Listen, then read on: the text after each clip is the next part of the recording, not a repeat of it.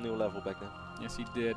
Now, Kevin, when it comes to predictions, I have to feel very confident in our boy Beastie. Yep. I know his TVT is good, traditionally his best matchup. And Strelok, while a fantastic Terran and a player with quite strong TVT as well, I feel like Beastie is on another level, certainly when you consider that these guys are playing on Europe server. Well, really quick refiner over here by Beastie, but Ben, I'm completely going to agree with you. And there is one more thing I would like to add, guys. If you don't know Beastie all that well, Beastie is an extremely talented Terran player, but I feel often what holds him back, just like so many other Terrans every now and then, and all the Terrans will just say, it's my race that holds me back. But I feel it's their mindset. But I do know that if Beastie plays against a guy that he thinks he can beat, he is so good. Like, he is extremely good. I know that he has a winning record against Strelok.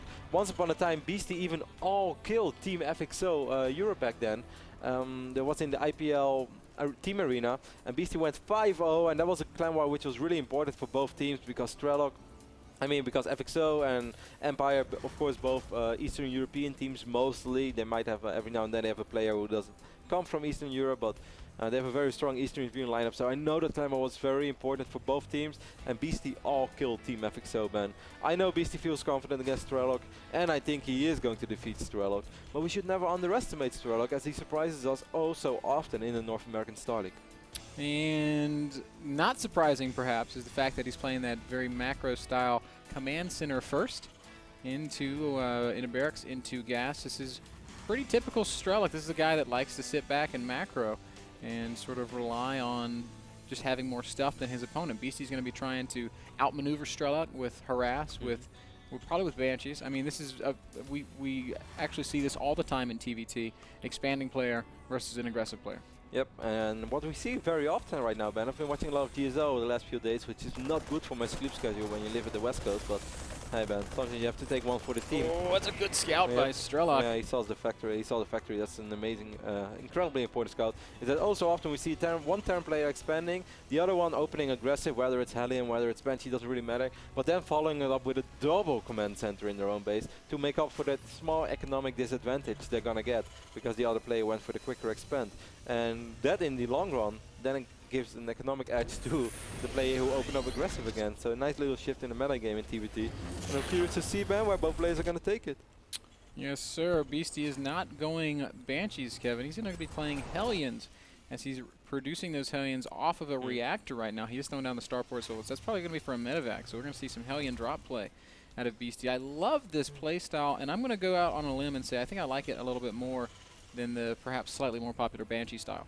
Yeah, I think so as well, because with Banshees you will most likely be able to pick off a few SCVs, but if the other player is well prepared, it's going to be hard to make those Banshees really worth their cost. Hellions on the other end are a little bit cheaper, you get them quicker, and they are able to do way more damage as well. But at the end of the day, it all comes down to how Strelok is going to be able to defend.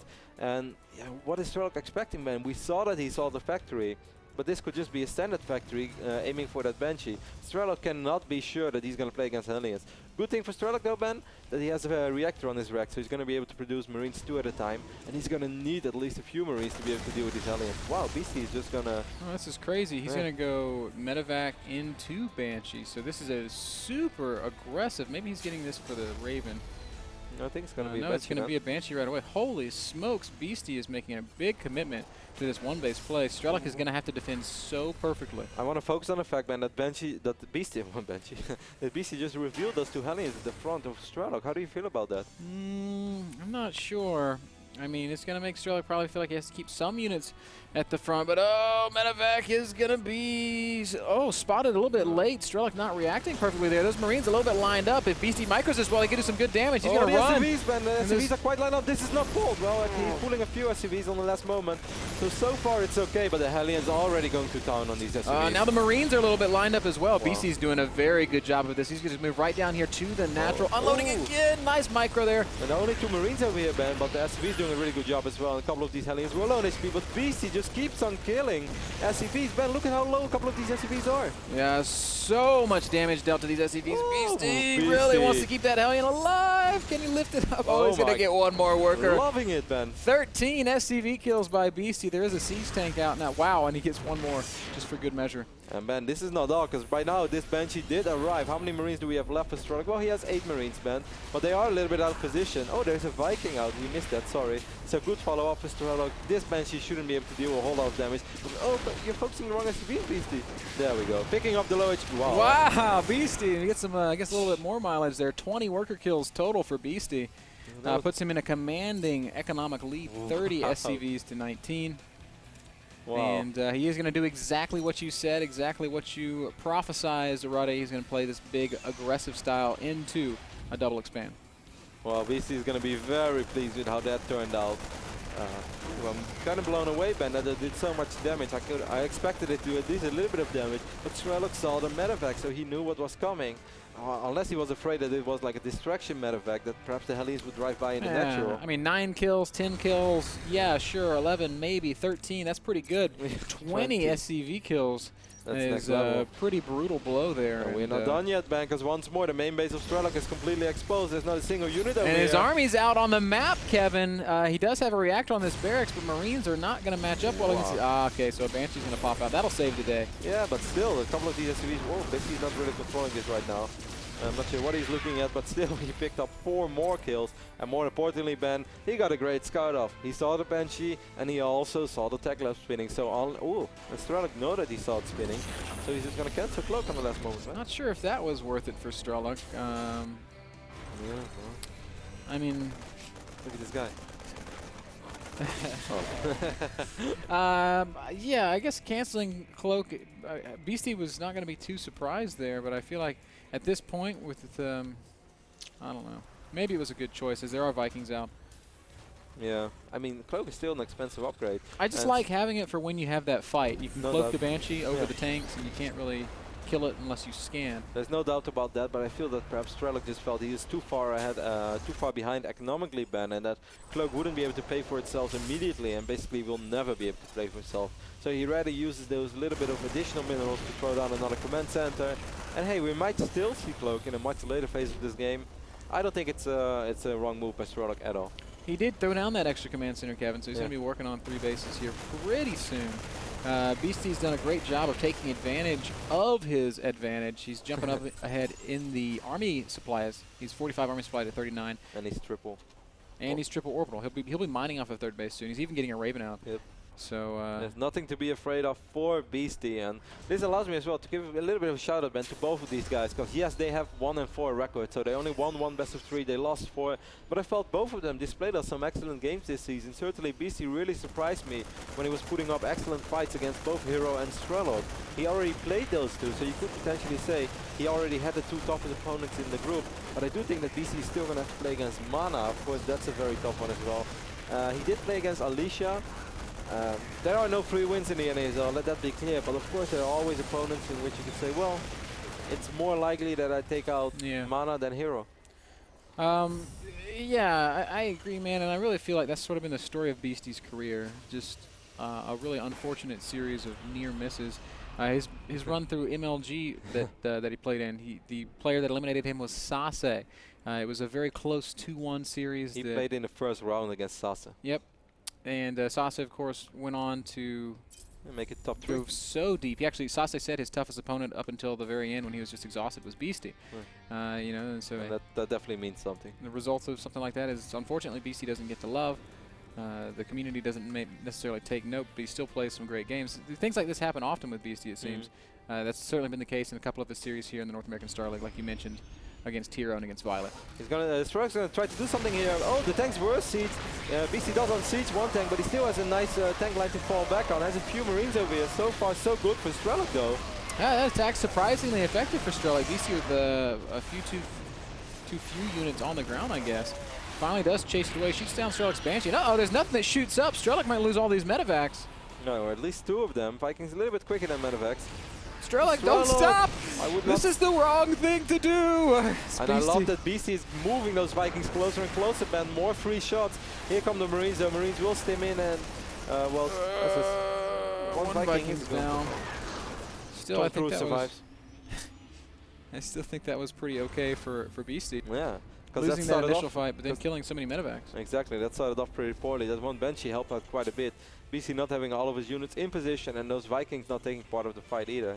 But as you said, Ben, in the end that turned out well for Beasty. More importantly, right now he has the infrastructure he wants to work with. He's economically ahead. He's still ahead in workers. He's up 14 workers. So that was a dicey moment, Ben, but Beastie came out of it fine. And now you're going to have to say that Beastie has an advantage, despite the army supply still being incredibly close. Really love Beastie's vision on the mini-map. We can see that he has full view of the left side of the map, so there are no chance for drops coming in that way.